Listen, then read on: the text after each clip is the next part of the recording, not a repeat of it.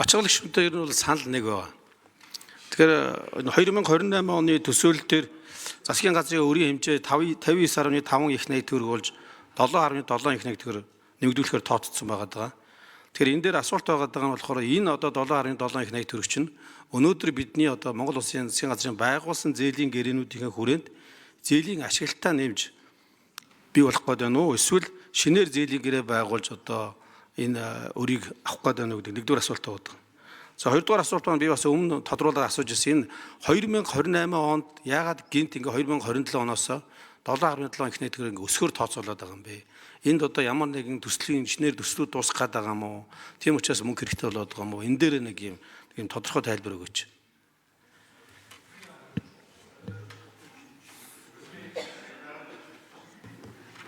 За тэгвэл 4 номерын микрофон дээрээс сангийн ам хариулъя. За 3 номерын микрофон дээрээс.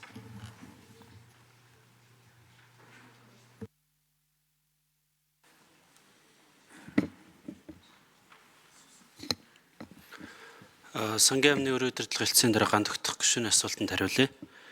За төсвийн өрөөний мэдээлэл дээр бол дотоодын нэгтгэгдэх харьцуулсан өрийн харьцааг бол 2026 онд 50%, 2027 болон 28 онд 45% байхаар тооцсон байгаа. За энэ бол яг төсвийн хүрээний мэдээлэл дээр тавьсан энэ өрийн хязгаар бол ирэх 3 жил тавигдах өрийн дээд хязгаар гэж ингэж ойлгож болно.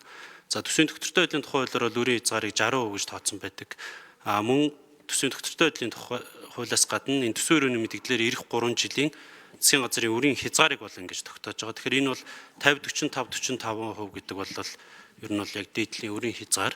За төсвийн хүрээний мэдээллийн хамт явж байгаа төсвийн төсөөллөөр бол засгийн газрын өрийн дунд хугацааны төсөөллөөр 2026 онд засгийн газрын өр 44.9 их найт буюу дотоодын нэтгэгдэх 43.8%, 2027 онд 48.1 их найт буюу дотоодын нэтгэгдэх 42.2%, за 2028 онд 40.4% тэнцэхээр юм дунд хугацааны төсөөлөл бол байгаа. Тэгэхээр энэ 45% гэдэг бол дээдлийн хүрээ хязгаар гэдэг энэ ойлголт ингэж ойлгож болно. За энэ 45% болон 40.4%-ийн төсөөллийг бол одоогийн гэрээ байгуулсан энэ засгийн газрын гадаад зээлийн хүрээнд ашиглалт гараад ийм төвшөнд хүрэхээр бол тооцсон байна. За Соронзон болдог шүү нэмж тодруулна.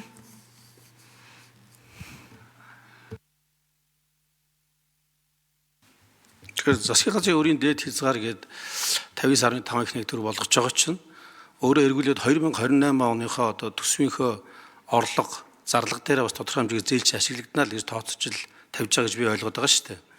Тийм учраас энэ суудаг байхгүй юу? Тэгэхээр одоо 2028 оны төсөөллөөр бол одоо байгуулсан байгаа зээлийн гэрээнд шинээр нэмэлт зээл гэрээ байгуулахгүй гэж тооцсон юм байна гэж ойлголоо.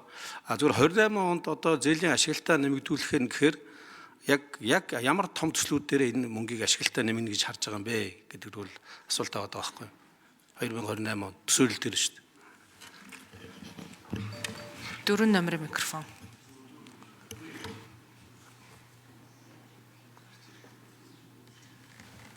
Соронзон болдог шүүний асуултанд хариулъя. Сангийн амтлаг жаргал.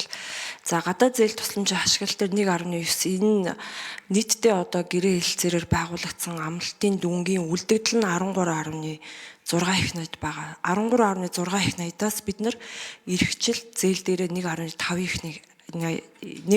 их найтыг ашиглана. За энэ багц дотор хамгийн өндөр дүн бол газрын тос боловсруулах үйлдвэр нийтээ амлалтын дунд 6 их найтаас одоо бид нар ашиглагдаагүй үлдэгдэл 4.9 их найт байгаа.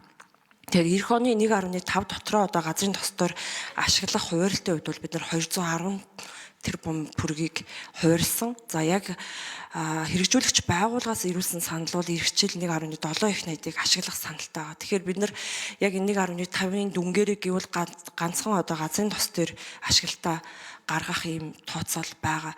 За энэ үйлдвэр өөрөө хэлцээрийн дүн бол 2028 онд ашиглалтанд орох хугацаатай.